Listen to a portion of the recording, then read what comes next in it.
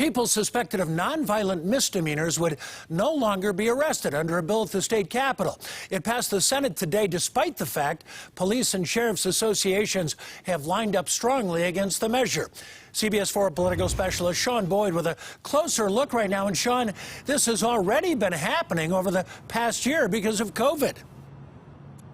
Right, Jim, to decrease the spread of the virus in jails and prisons. But police say it's resulted in a 28% increase in crime. And they say the bill will just embolden criminals further. But supporters say more than half of the arrests in Colorado are for low-level, nonviolent offenses.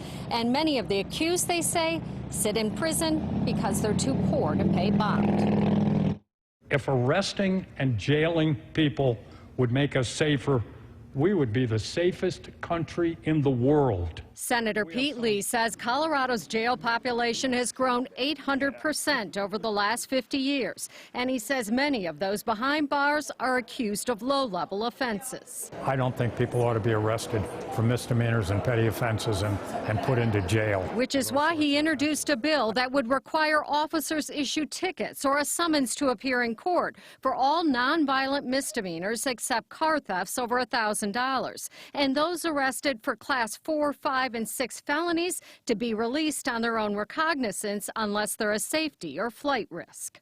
I want to change and reset the conversation. When you encounter George Floyd for passing a $20 counterfeit bill, allegedly, give him a ticket.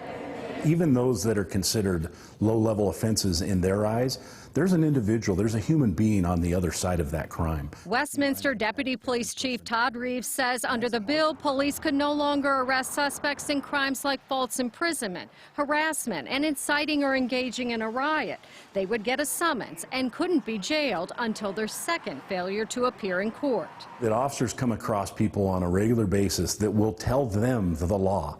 I know you can't put me in jail, so just give me my ticket and leave me alone. They can always get a warrant. Senator Lee says the bill is also about social justice. Black people, he says, are being arrested at 8 times the rate of whites in Colorado. And too many, he says, are dying in police custody. And the police oppose it because they don't want their discretion circumscribed. The community loses out on this.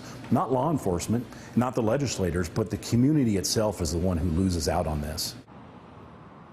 Now, the bill also creates a task force made up of everyone from law enforcement to crime victims, racial justice to mental health advocates.